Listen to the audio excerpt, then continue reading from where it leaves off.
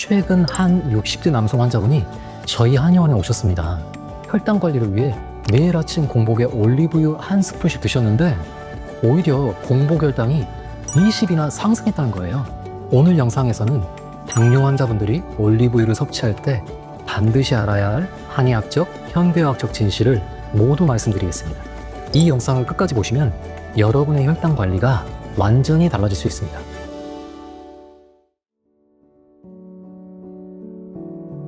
안녕하세요. 닥터에는 박원입니다. 요즘 당뇨 환자분들 사이에서 올리브유가 혈당 관리에 도움된다는 이야기가 많이 퍼져 있습니다. 실제로 지중해식 식단의 핵심 재료인 올리브유는 심혈관 건강에 좋다는 연구 결과들이 많고 불포화지방산이 풍부해서 건강한 기름으로 알려져 있죠. 하지만 한의학에서 바라보는 관점은 조금 다릅니다. 한의학에서는 모든 음식에는 고유한 성질이 있고 사람마다 체질과 몸 상태가 다르기 때문에 같은 음식이라도 누구에게는 약이 되고 누구에게는 독이 될 수 있다고 봅니다.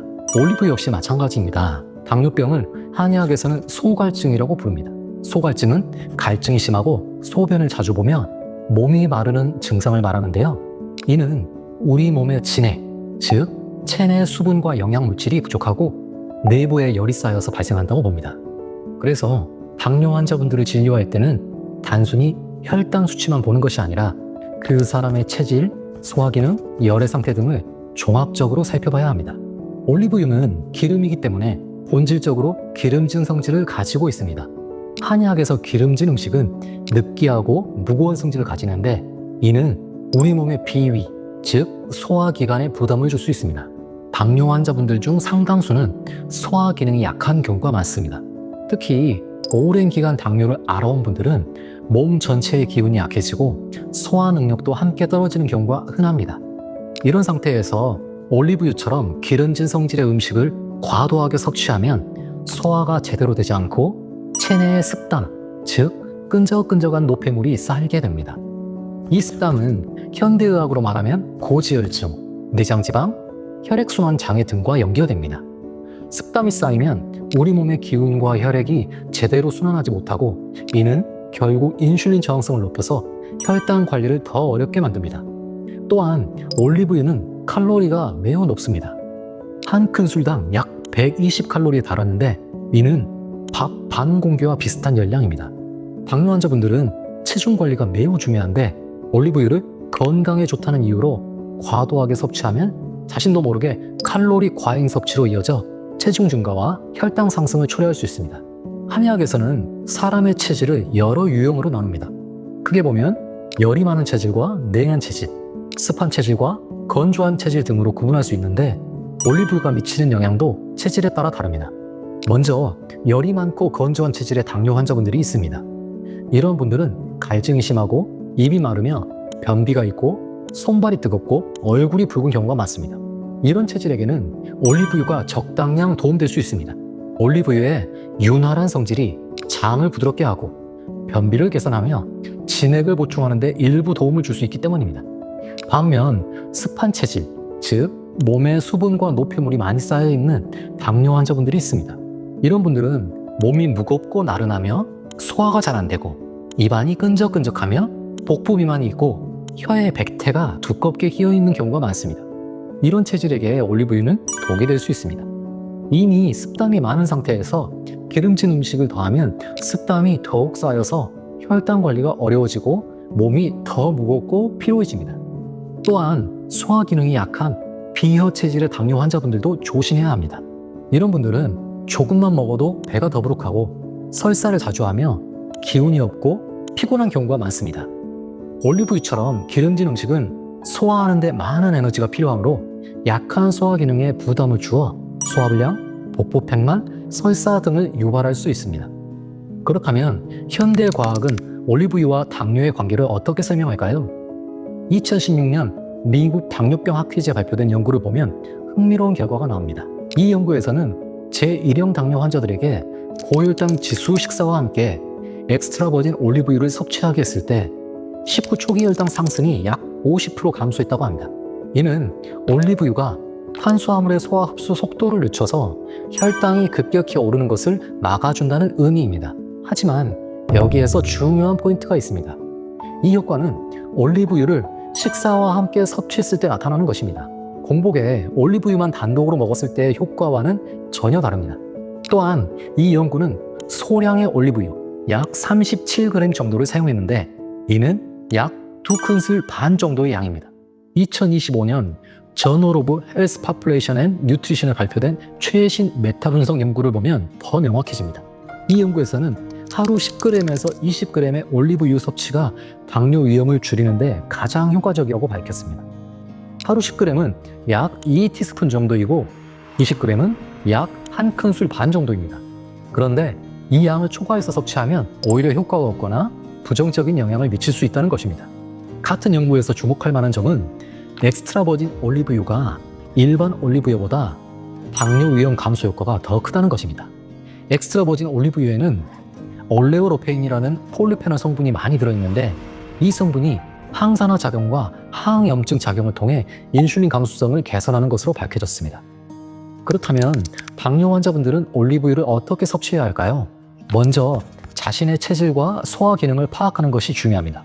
만약 여러분이 소화가 잘 안 되고 배가 자주 더부룩하며 몸이 무겁고 혀에 백태가 많이 낀다면 올리브유 섭취를 줄이거나 피하는 것이 좋습니다. 반대로 변비가 심하고 입이 마르며 피부가 건조하고 열이 많은 체질이라면 소량의 올리브유가 도움이 될 수 있습니다. 하지만 이 경우에도 하루 1에서 2티스푼, 많아야 1큰술 이내로 제한하는 것이 좋습니다. 그리고 올리브유를 섭취할 때는 반드시 가열하지 않는 상태로 샐러드 드레싱이나 요리 완성 후 살짝 뿌리는 정도로 사용하세요. 올리브유는 가열하면 발연점이 낮아 유해물질이 생성될 수 있고 영양소도 파괴됩니다.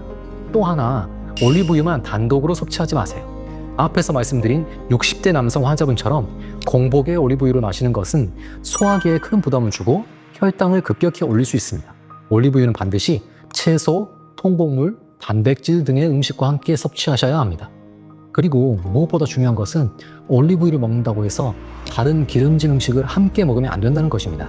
많은 분들이 올리브유가 건강에 좋다고 해서 올리브유를 쓰면서 동시에 튀김, 삼겹살, 치킨 등 기름진 음식을 드시는데 이는 총 지방 섭취량을 크게 높여 혈당과 체중 관리에 악영향을 미칩니다. 그렇다면 올리브유 대신 당뇨 환자분들에게 더 좋은 기름은 무엇일까요? 한의학에서는 당뇨 환자분들에게 몸에 진액을 보충하면서도 습담을 만들지 않는 기름을 권장합니다. 첫째, 들기름입니다. 들기름은 폐를 윤택하게 하고 장을 부드럽게 하는 효능이 있으며 올리브유보다 오메가3 지방산이 훨씬 풍부합니다. 특히 알파-리놀렌산이라는 식물성 오메가3가 많아 혈관 건강과 염증 감소에 도움이 됩니다. 들기름은 성질이 따뜻하면서도 평하여 냉한 체질의 당뇨 환자분들에게 특히 좋습니다. 들기름의 오메가3 지방산은 인슐린 저항성을 개선하고 혈중 중성지방을 낮추는 효과가 있어 당뇨 환자분들의 심혈관 건강에도 도움이 됩니다. 하루 1에서 2티스푼 정도를 샐러드나 나물에 살짝 뿌려 드시면 좋습니다. 단, 들기름은 산화가 빠르므로 반드시 냉장 보관하시고 절대 가열하지 마세요. 신선한 들기름은 고소한 향이 나지만 산패된 들기름은 쓴맛이 나므로 개봉 후 1개월에서 2개월 내에 사용하시는 것이 좋습니다. 둘째, 아마씨유입니다. 아마씨유는 들기름보다도 오메가3 지방산 함량이 더 높아 인슐린 감수성을 개선하는 데 탁월한 효과가 있습니다.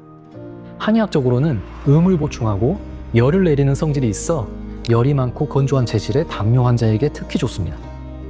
아마씨유는 체내에서 EPA와 DHA로 전환되어 항염증 작용을 하며 혈당 조절뿐만 아니라 당뇨 합병증 예방에도 도움이 됩니다.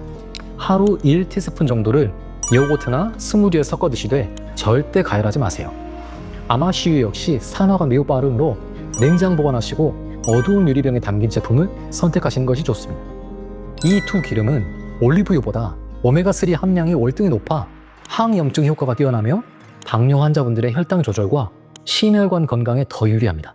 다만 들기름은 약간 따뜻한 성질이 있어 열이 많은 분들은 조금 주의하시고 아마씨유는 냉한 성질이 있어 몸이 찬 분들은 소량만 드시는 것이 좋습니다. 어떤 기름이든 과도하게 섭취하면 칼로리 과잉과 소화 부담으로 이어질 수 있으니 하루 총 지방 섭취량을 고려하여 적절히 사용하시는 것이 중요합니다. 정리하겠습니다.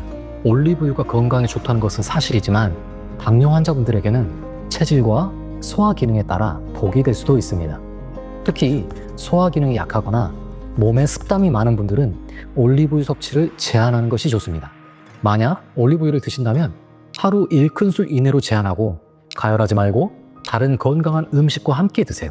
그리고 위험 부담이 있는 올리브유보다는 들기름이나 아마씨유로 대체하는 것이 좋겠습니다. 산화질소의 놀라운 비밀이 밝혀진 후 이제 당뇨는 충분히 치료가 가능한 질환이 되었습니다. 당뇨를 치료하는 산화질소에 대해 알고 싶으시면 댓글에 링크를 눌러보세요. 당뇨에 대한 중요한 정보를 알고 싶으시면 구독, 좋아요, 알림 설정 부탁드립니다. 감사합니다.